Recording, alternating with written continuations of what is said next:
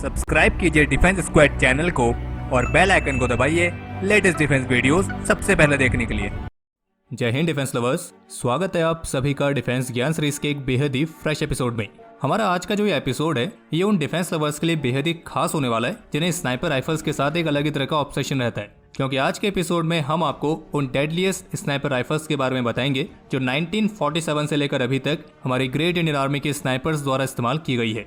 और बाकी हम आपको ये भी बता दें कि इसी तरीके से हम 1947 से लेकर अभी तक इंडियन आर्मी द्वारा इस्तेमाल की गई सर्विस राइफल्स के बारे में भी एक डिटेल वीडियो पहले बना चुके हैं। अगर आपने वो वीडियो नहीं देखी है तो हमारे चैनल पर वो वीडियो उपलब्ध है, आप वो वीडियो भी देख सकते हैं। बाकी हमारा आज का एपिसोड समर्पित है इंडियन आर्मी की स्नाइपर राइफल्स को। So without wasting any time, let's begin.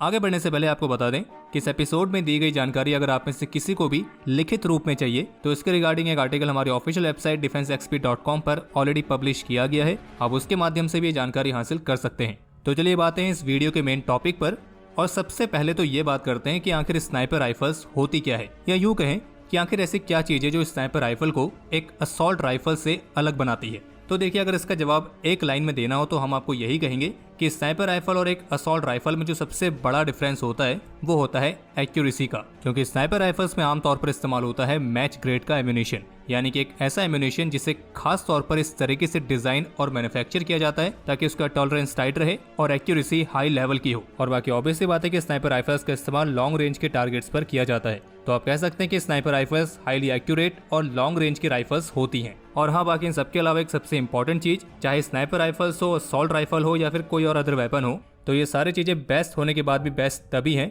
जब उनको चलाने वाला खुद बेस्ट हो।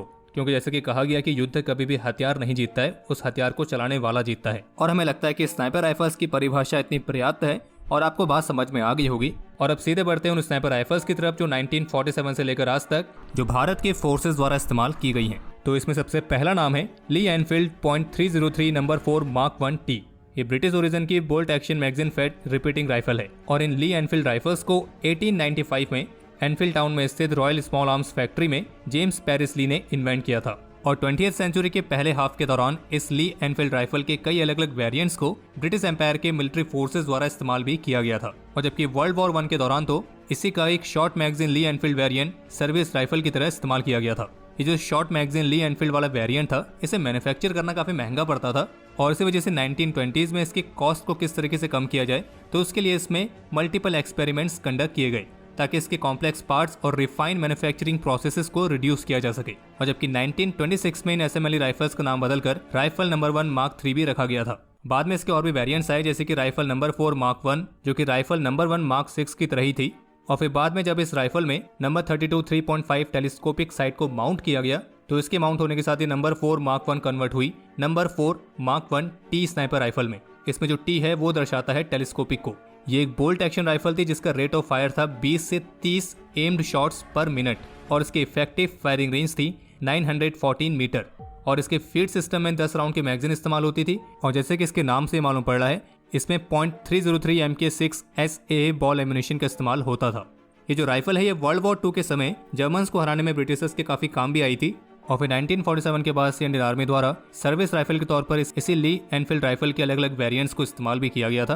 और फिर जब 1960s में इंडियन आर्मी ने सर्विस राइफल के तौर पर इस्तेमाल होने वाली अपनी ली एनफील्ड SMLE मार्क 3 वेरिएंट्स को सेमी ऑटोमेटिक 7.62 mm की ईसापोर 2A और L1A1 SLR राइफल से रिप्लेस किया, तब उस समय भी जो ये ली एनफील्ड .303 है तो वो इंडियन आर्मी की उसमें स्नाइपर राइफल के तौर पर बनी हुई थी और उस समय इस स्नाइपर राइफल में बदलाव नहीं किए गए। और इसी वजह से अगले 30 और सालों तक इंडियन आर्मी की सर्विस में ये स्नाइपर राइफल बनी रही। और फिर 1990 में जाकर इंडियन आर्मी ने इस पुराने स्नाइपर राइफल को रिप्लेस किया ड्रैगनॉव की SVD 63 स्नाइपर राइफल से।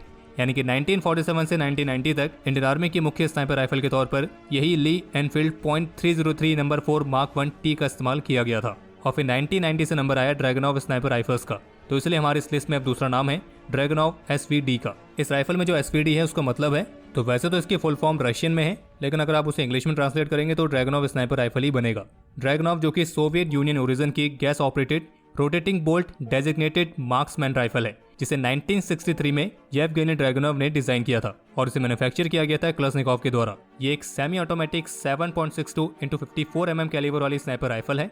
और वैसे अगर आपके मन में ये सवाल आ रहा है कि एक डेजिग्नेटेड मार्क्समैन राइफल, इसे शॉर्ट फॉर्म में DMR कहते हैं, और एक स्नाइपर राइफल, इन दोनों में कोई डिफरेंस होता है या नहीं, तो आपको बता दें कि जो डेजिग्नेटेड मार्क्समैन राइफल होती हैं, तो ये उन राइफल को कहा जाता है जो कि आमतौर पर इन्फेंट्रीमैन डेजिग्नेटेड मार्क्समैन रोल के लिए इस्तेमाल करते हैं, ताकि सर्विस राइफल और एक स्नाइपर राइफल के बीच की गैप को फिल किया जा सके। ये modern scoped high precise rifles होती हैं जिनकी रेंज आमतौर पर 400 से 800 मीटर तक होती है, यानी कि जरूरत पड़ने पर और कंडीशंस के हिसाब से आप डेजिग्नेटेड मार्क्समैन राइफल को स्नाइपर राइफल और एक रेगुलर असॉल्ट राइफल की तरह भी इस्तेमाल कर सकते हैं। और एक और डिफरेंस होता है, वो यह है कि डेजिग्नेटेड मार्क्समैन राइफल में आपको अधिकतर सेमी ऑटोमेटिक मोड ही मिलेगा, और जबकि स्नाइपर राइफल सेमी ऑटोमेटिक और बोल्ट एक्शन दोनों ही तरीके से मिलती है। तो आप कह सकते हैं कि डेजिग्नेटेड मार्क्समैन राइफल यानी कि DMR असॉल्ट राइफल और स्नाइपर राइफल के बीच की कड़ी है। असॉल्ट राइफल से एडवांस, स्नाइपर राइफल से थोड़ा कम एडवांस। बाकी जो ड्रैगनोव राइफल इंडियन आर्मी की सर्विस में शामिल है, तो ये करीब 800 मीटर की इफेक्टिव फायरिंग रेंज के साथ आती हैं। इनमें 7.62 × 54 mm का राउंड इस्तेमाल होता है। फीड सिस्टम के तौर पर इसमें 10 राउंड की डिटैचेबल बॉक्स मैगजीन राउंड आता है। साइट के तौर पर इसमें PSO-1 टेलीस्कोपिक साइट, 1 PN51 या 1 PN58 नाइट विजन साइट्स और एडजस्टेबल रियर नॉच साइट के साथ आयरन साइट्स भी आती हैं। हालांकि तब से लेकर अभी तक ड्रैगनोव राइफल के और भी कई सारे वेरिएंट्स आए हैं, और इसका जो लेटेस्ट वेरिएंट है उसे रशियन आर्मी वर्तमान समय में यूक्रेन वॉर में भी इस्तेमाल कर रही है। इतना ही नहीं, बल्कि रशिया ने जब पहला और दूसरा चेचन युद्ध लड़ा था, तब उस समय भी रशियन आर्मी द्वारा इस ड्रैगनोव राइफल का इस्तेमाल काफी ज्यादा किया गया था। और जबकि 1999 के कारगिल वॉर के दौरान इंडियन आर्मी ने इसी ड्रैगनोव स्नाइपर राइफल के साथ जिहादियों के रूप में आए पाकिस्तानी आर्मी के ट्रूप्स को पट्टे से कई सारे हेडशॉट दिए हैं, और ये अभी भी इंडियन आर्मी की सर्विस में बनी हुई है।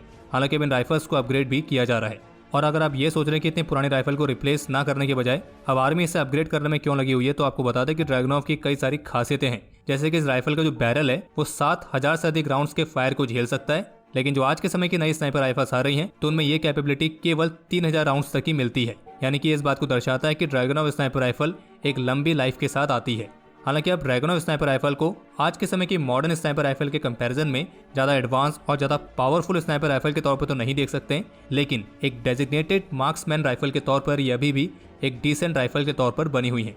और इंडियन आर्मी की सर्विस में काफ़ी बड़ी संख्या में ड्रैगनोव राइफल्स मौजूद हैं। और जबकि रशियन ऑफिशियल्स का तो कहना है कि अगर आप इसी क्लास की एक नई स्नाइपर राइफल को खरीदने जाएंगे, तो उसी कीमत पर पुरानी 4 ड्रैगनोव स्नाइपर राइफल्स को भविष्य के ऑपरेशंस के लिए अपग्रेड आप कर सकते हैं। तो इसका मतलब ये हुआ कि ड्रैगनोव स्नाइपर राइफल को अपग्रेड करना कॉस्ट इफेक्टिव भी है। और अगर आपको ड्रैगनोव स्नाइपर राइफल्स की और भी खासियतें जाननी है, तो ऑलरेडी हमने इस पर एक डिटेल वीडियो पहले बनाई है। हमारे चैनल पर आपको वीडियो मिल जाएगी, अब उसके माध्यम से सारी जानकारी हासिल कर सकते हैं। अब आते हैं हमारी अगली राइफल पर, जो है IMI गालिल 7.62 स्नाइपर, जो कि इजरायली ओरिजिन की IMI गालिल राइफल्स फैमिली का ही हिस्सा है। शुरुआत में जो ये गालिल राइफल्स हैं, ये 3 बेसिक कॉन्फ़िगरेशंस में आई थी: automatic rifle machine gun configuration, automatic rifle configuration और शॉर्ट ऑटोमेटिक राइफल। और इंडियन आर्मी जिस गालिल स्नाइपर का इस्तेमाल करती है, वो इस automatic rifle machine gun configuration का डेरिवेटिव है, जो कि सेमी ऑटोमेटिक स्नाइपर राइफल है। और इसमें इस्तेमाल होता है 7.62 × 51 mm NATO स्टैंडर्ड का राउंड। और 2002 में इजरायल मिलिट्री इंडस्ट्रीज से भारत सरकार ने इन 200 गालिल स्नाइपर राइफल्स को खरीदा था। और जबकि अभी वर्तमान समय में यही स्नाइपर राइफल्स भारत में PLR सिस्टम्स द्वारा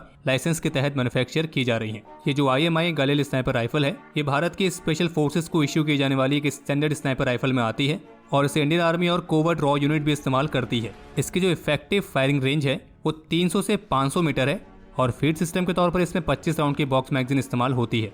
अगर बात करें इसके अदर यूजेस की, तो यूक्रेन की जो काउंटर टेररिज्म स्पेशल फोर्स है, जिसका नाम है ओमेगा, तो उनके द्वारा भी इस स्नाइपर का इस्तेमाल किया जाता है।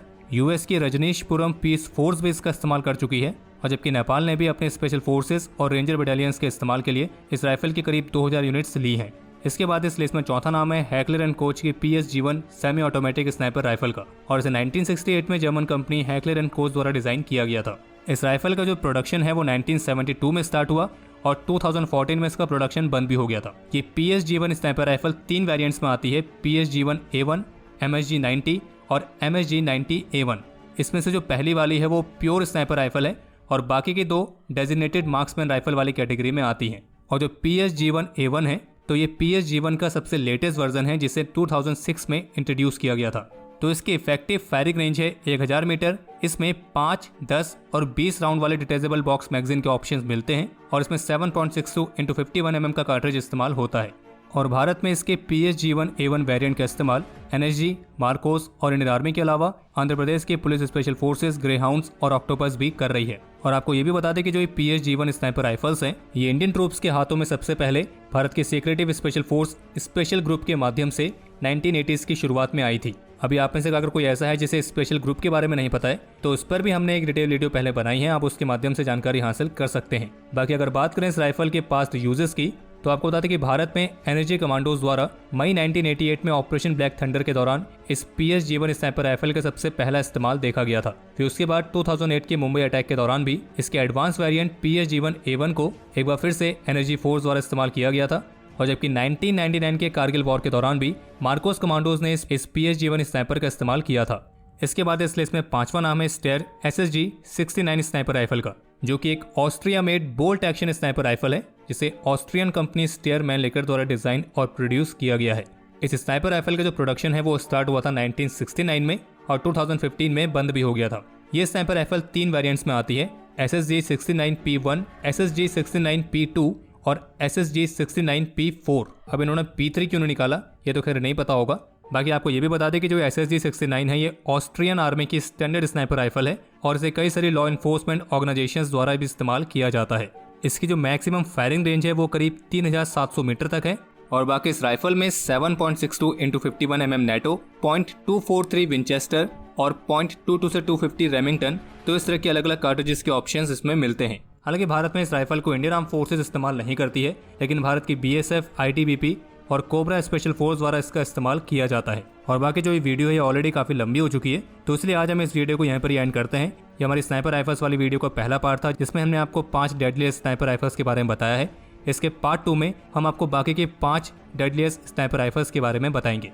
और बाकी इसी नोट के साथ हम इस वीडियो को एंड करते हैं। उम्मीद है आपको एपिसोड पसंद आया होगा। अगर पसंद आया तो वीडियो को लाइक कीजिए, शेयर कीजिए। कोई भी सुझाव या सवाल हो तो उसके लिए कमेंट सेक्शन ओपन है। और अगर आपने अभी तक चैनल को सब्सक्राइब नहीं किया है तो सब्सक्राइब जरूर कर लें और हाँ, बेल आइकन दबाना ना भूलें ताकि जब भी इसका पार्ट 2 अपलोड हो तो आपको उसको नोटिफिकेशन तुरंत ही मिल जाए। और तब तक के लिए जय हिंद, वंदे मातरम।